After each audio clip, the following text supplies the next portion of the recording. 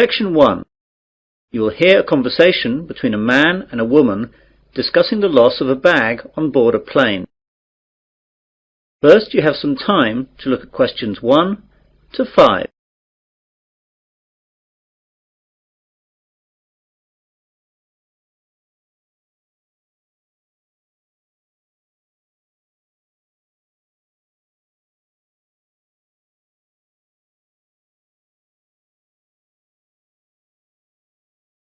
You will see that there is an example.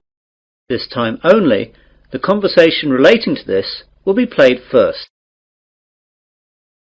Pan Asian Airways, John speaking. Can I help you? Yes, please. I left something on one of your planes last night. I got this number from the operator. Is this the right number to call? Yes, madam. This is the right number. I just need you to tell me your name to start with so I can fill out a lost property form. Kirsty Allen. That's Kirstyallen.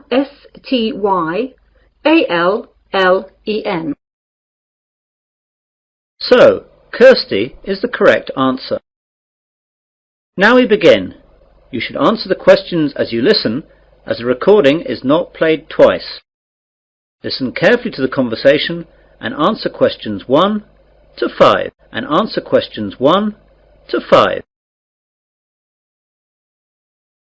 Pan Asian Airways, John speaking. Can I help you? Yes, please. I left something on one of your planes last night. I got this number from the operator. Is this the right number to call? Yes, madam. This is the right number. I just need you to tell me your name to start with so I can fill out a lost property form. Kirsty Allen. That's Kirstyallen. Right, I've got that. Now, what happened last night? Well, I was on a flight last night from New York to London that landed at 12:30 a.m. We were delayed a while in New York, so that when we eventually landed, I was so tired that I accidentally left my handbag on the plane. Did you report this to anyone last night? No, I'm afraid not. I didn't notice until I got home, and then it was really too late to phone. Very well, madam. Let me take a few details for this form, and I'll see what I can do. OK, so the name is Kirsty Allen. And what's, please? 48 Wyndham Road, Richmond. The postcode? R16GH7. Good, I've got that. Now, your telephone number? Well, my home number is 020-8927-7651. And my mobile is 07754-897-432. I'm sorry, I didn't catch the second one. What was the mobile again? 07754-897-432. Thanks. Now, do you know the flight number of the plane you were on last night? Oh yes, hang on a second. I've got my boarding pass stub right here. The flight number was PA356. No, I'm sorry, PA365. That's it, 365. And does the boarding card stub say what seat you had? Oh yes, it was E6. And you said that it was New York to London Heathrow. Is that right? Yes, that's right. Before the conversation continues, you have some time to look at questions 6 to 10.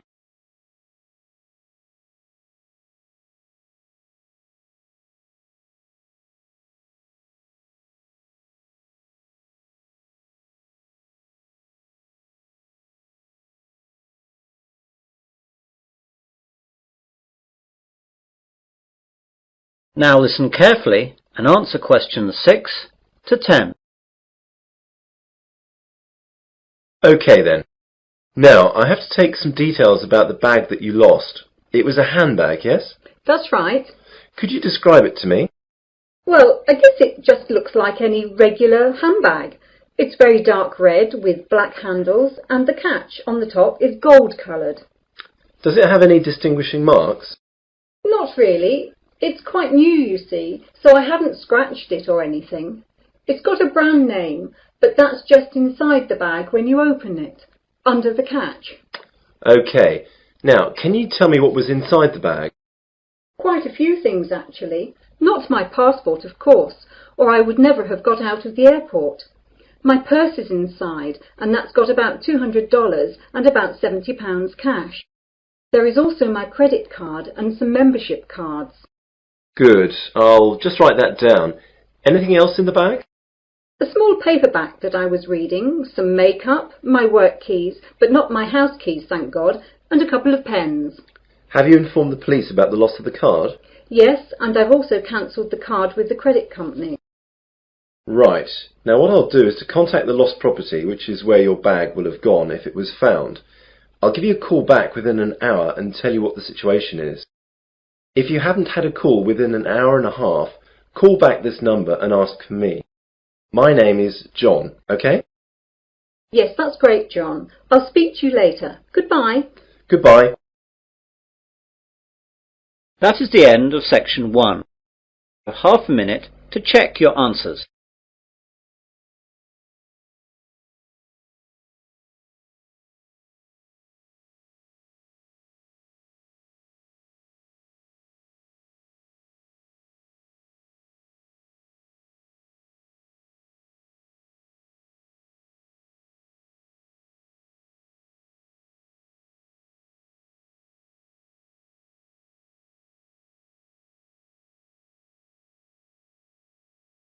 Now turn to section 2.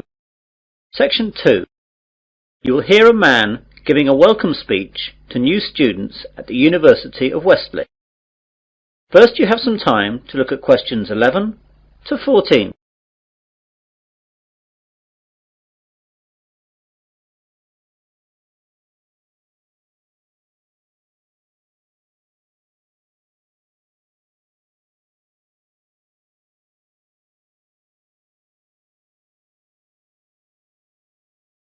Now listen carefully to the welcome speech and answer questions 11 to 14. Hello and good afternoon. My name is John Walker and I'd like to welcome you new students to the University of Westerly. What I'm going to do today is just explain to you some of the facilities that you'll find here on our main campus and where you'll find them. If you look at the map on the overhead projector, let me talk you through some of the locations before describing some of them in more detail. Well, at present we're in the university's main lecture hall. If you go out of the main front entrance, then you will see opposite across the car park the entrance for the focal point of a lot of university life for most students. This is, of course, the Students' Union. About 150 yards on the left of the Union, as you look at it from here, is another focal point for the students, though not as popular as the Union, the University Library.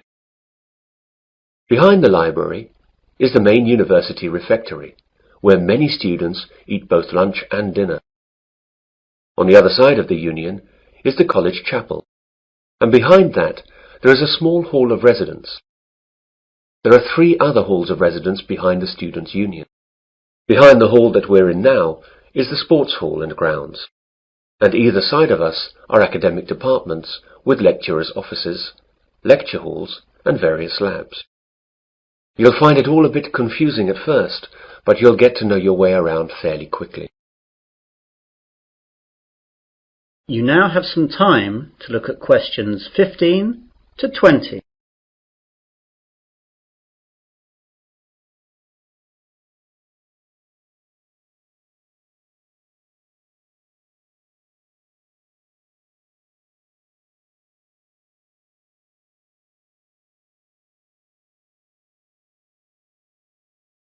Now listen to the rest of the welcome speech and answer questions 15 to 20. I'd like now to talk about a few important places on the campus. All students must belong to the Students' Union if they wish to use any of its services. It's very cheap, and we certainly recommend that you join. The Union provides a bookshop covering all the course books at the university, plus lots of other titles for a range of interests. You can eat and drink at the Union. There is a Fat Phillips on the ground floor, serving a wide range of fast foods and drinks. Then there is the main Union bar up on the first floor. This is where the union parties, dances and balls are held. And there's a pizza corner where cheap, large pizzas can be served up in a few minutes. Other areas that will be of interest to students are the welfare office, the travel office, and the club's office. The club's office will get you in touch with all the clubs that are part of the Students' Union. These clubs vary from football to drama to potholing to beer drinking. There really is something for everyone. The union opens up at 8 a.m. every day and closes at 12 midnight, unless there are any functions going on later. I'd like to move on to the library now. This is where a lot of you will, I hope, be spending a lot of time over the next 3 or 4 years, working and doing research. Of course, this isn't as exciting as the social aspects of university life, but of course it really is the main reason that you are all here. I therefore urge you to get over there as soon as you can, as you have to register, and then you can have a look around. During the first 2 weeks of the academic year, that is, now, there are tours every 2 hours aimed at familiarizing new students to all the services that the library offers. The library is open from 9 a.m. to 9 p.m., though it stays open later during final exams. As I said earlier, the refectory is behind the library. The refectory offers a range of cheap meals at lunchtimes and in the evenings. It's open from 12 noon to 3 p.m. for lunch, and from 6 p.m. to 8:30 p.m. for dinner. They try to offer a variety of food, from favourites to healthy options to ethnic foods, and there's always a choice for vegetarians and vegans. The University Sports Hall is one of the most used buildings at the university. To use the hall or the grounds, you must be a member of the Athletic Union, which is part of the Students' Union. Again, this costs very little and will allow you to use all university sports facilities, represent university teams, and it fully insures you during your membership of the Athletic Union. This is really excellent value. For departments and academic facilities, there isn't enough time to go through all of them, but your respective departments should furnish you with maps and information that will satisfy your needs. For all services offered at the university, I recommend that you purchase a Discount Plus card. This card costs £50 and lasts for the academic year. It will then give you discounts on all services at the university. For instance, a £4 meal at the refectory would be reduced to £2.50. It will also give you free usage of the late-night minibus that the university runs to places off campus, which normally costs £1. You can see that it wouldn't take very long to make it worthwhile. The cards can be bought at the Students' Union. Well, that's what I have to say for the moment. Now, are there any questions? That is the end of section 2. You will now have half a minute to check your answers.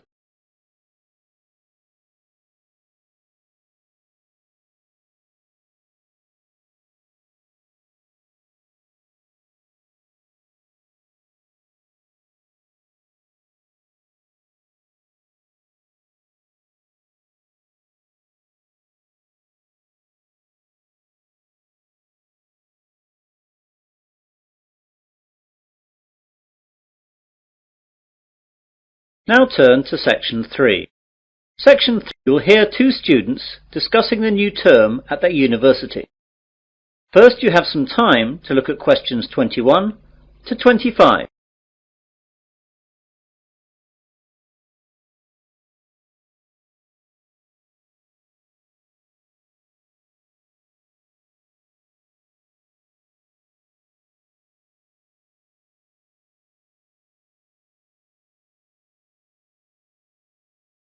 Now listen carefully and answer questions 21 to 25. Hey John, I didn't know you were here at university yet. When did you get here? Oh, just yesterday, Thursday. I've got some stuff to get sorted out for the start of my second year, as I've just got some new subjects. Today I've got to sort out my timetable. It seems like I've got quite a lot to do this year. When did you get here? I've been here since Tuesday. What classes are you doing this year then? Well, I'm continuing economics, of course, as that's my major, but I'm taking an extra maths class and I'm dropping Spanish so I can take up French. What about you? My major's the same as yours, of course, but I'm going to continue the same classes as last year as I like them so much. They're history and music. What's your Monday timetable like? Well, at 9, it looks like I've got French for 3 hours. That's going to be a tough start to the week. Yeah, I can't imagine it worse. I've got history for 3 hours, which will kill me. The good thing for me is that I've got a free in the afternoon, which will relax me after that morning. No such luck for me, though. I've got that extra maths class starting then, so I'll be hard at work all day on Mondays. Yeah, I don't envy you that. Still, the extra maths will really help your economics in the long run.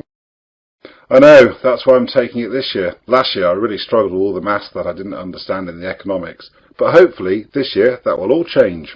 What about sport? What have you chosen to do on Wednesday sports afternoons? Are you sticking with rowing? I'd love to, but the rowing club storeroom got broken into and the boats were damaged, so it's not possible till the club can get enough money to repair or replace the boats.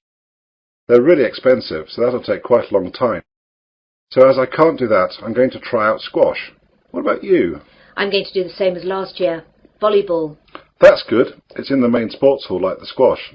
I'll be able to see you a lot this year. Yeah, it looks like that. You can help me with the maths that I don't understand. Ha! Maybe. For a small fee, of course. You now have some time to look at questions 26 to 30.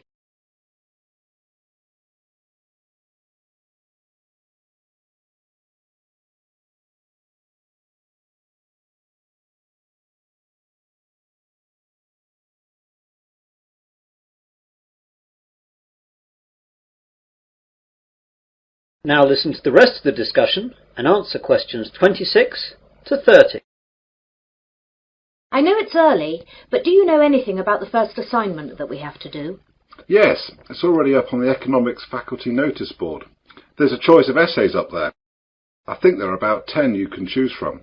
I can't remember any of the titles though, apart from the one that I think I'm going to write about. What's that one then? It's about the short-term future of third world economies. Ooh, I don't like the sound of that. It seems very wide-ranging.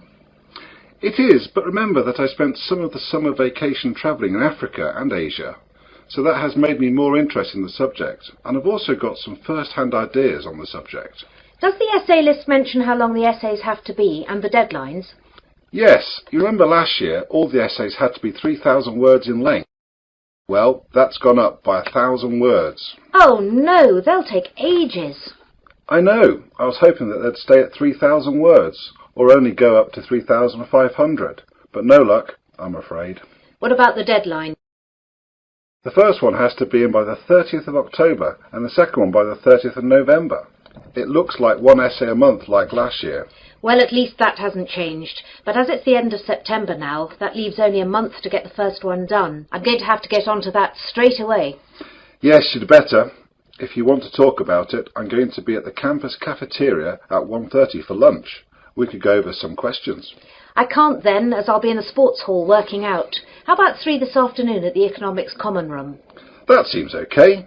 We'll be right by the economics course office where the questions are. So that'll be convenient for checking up. On them. Okay, see you then. Bye! Bye! That is the end of section 3.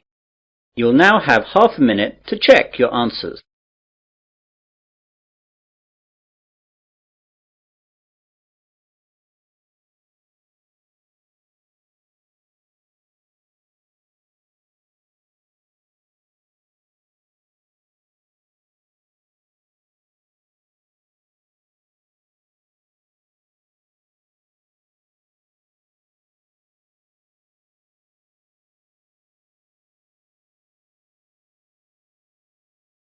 Now turn to section 4. Section 4. You will hear part of an environmental sciences lecture. First you have some time to look at questions 31 to 40.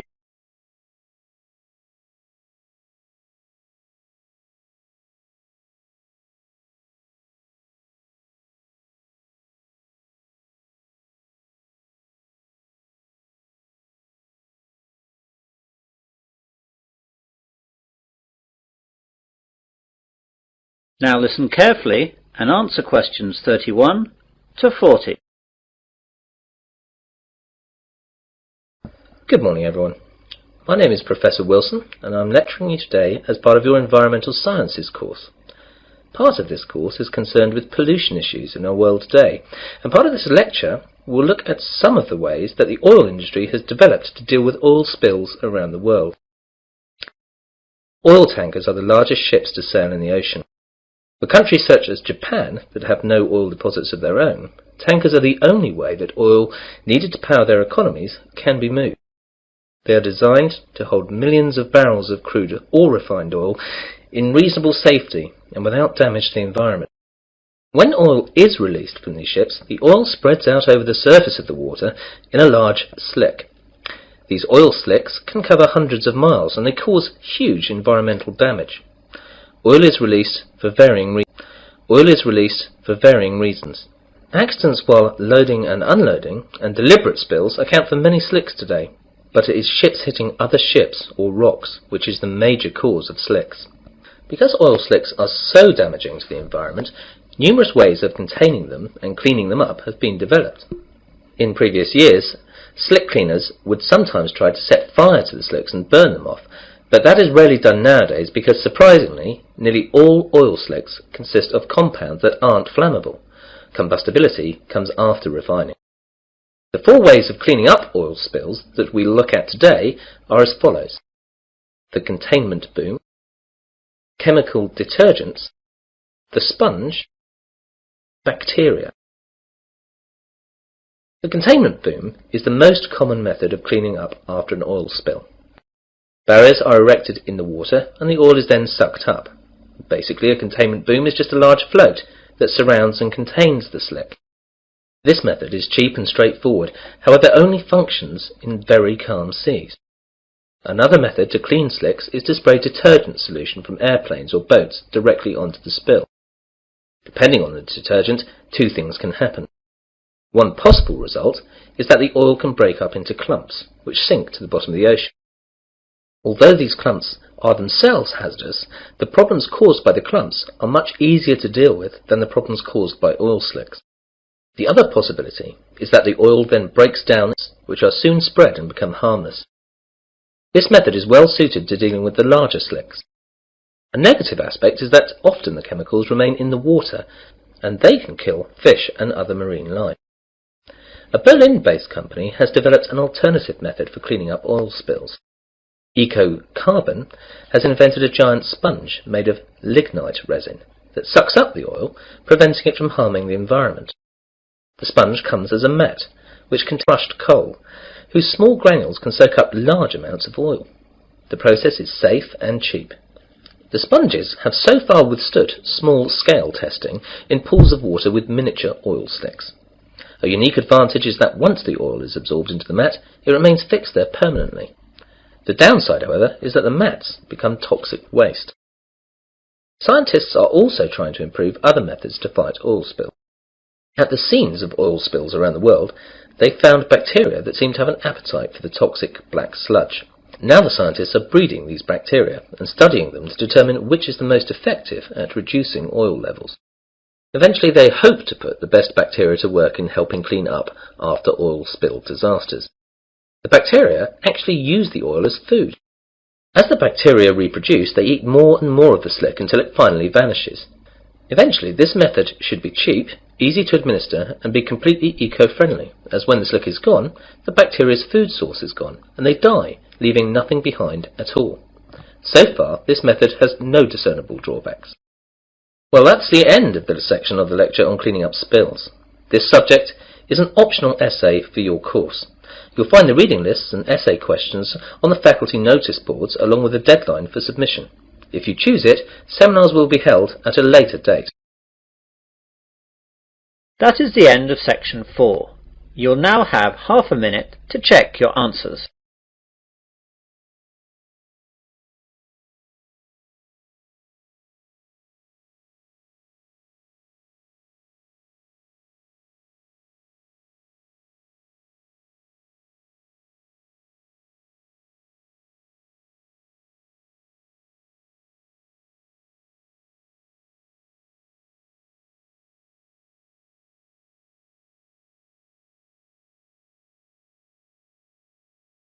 That is the end of listening 10.